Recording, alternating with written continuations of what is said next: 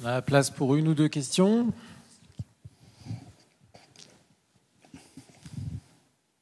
Oui.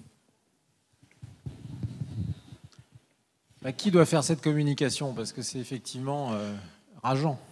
Je pense que c'est l'ANSM qui a fait ces études et c'est incompréhensible qu'on n'ait pas publié ces études et effectivement qu'on ait fait un plan de communication correct à ce sujet. Ça n'a pas été fait. Bon, alors c'était vrai que 2014, c'était sous l'ancien gouvernement. On n'avait peut-être pas un ministère qui poussait autant. Et au jour d'aujourd'hui, je veux dire, rien ne nous empêche effectivement de ressortir quelque chose. Toute la logistique existe, les personnels sont en place, il faut absolument le sortir.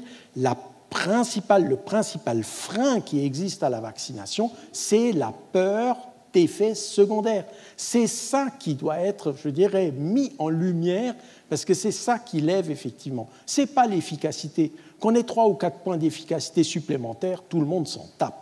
C'est bel et bien la peur d'effets secondaires.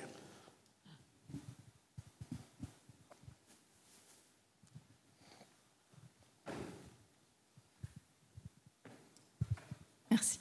Est-ce que du coup, il est prévu d'étudier si on va vacciner les garçons aussi, comme en Australie, et au vu des résultats en France? Alors, je dirais la pertinence de la vaccination des garçons est reconnue par à peu près tout le monde, y compris par nos institutions de santé. Au jour d'aujourd'hui, on est plutôt, au niveau de la commission de transparence, dans des négociations qui sont des négociations de tarifs. Donc, je pense que le bas blesse à cet endroit. Ils sont en train de négocier. Alors, les négociations à ce niveau, là, ça prend du temps. On attend, effectivement, mais c'est clair que bon nombre de sociétés scientifiques, de professionnels impliqués, même les institutions sont tout à fait persuadées. Et lorsque, effectivement, ces cancers ORL, là, qui ne sont pas dépistables, qui nous sautent à la figure, vont effectivement sortir, et là, ça concerne surtout les garçons. Il y a quand même encore une majorité d'hommes au Sénat, parmi les parlementaires, donc là, ça va changer un tout petit peu l'histoire, de toute façon. Quand on regarde aussi les cancers de l'anus, alors c'est très particulier, le problème de l'anus, c'est pareil, c'est quelque chose qu'on ne dépiste pas. Et si on a, entre guillemets, la malchance de découvrir une lésion précancéreuse anale, donc une AIN3, là se pose un vrai dilemme, faut-il traiter ou pas traiter une AIN3 ?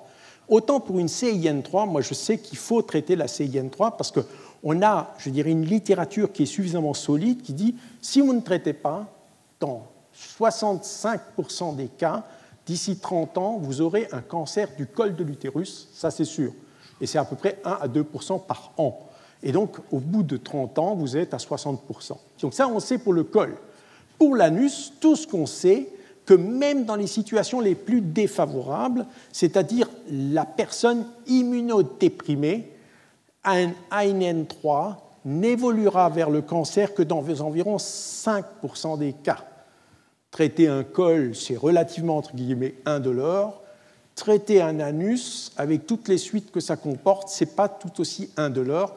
Et donc, personnellement, je me poserais 2 fois la question de savoir s'il faut le traiter pour éviter finalement quelque chose qui n'évolue pas dans 95% des cas. Voilà. Donc, il est urgent de vacciner. Merci Jean-Jacques, merci Christiane. On va clore ce symposium.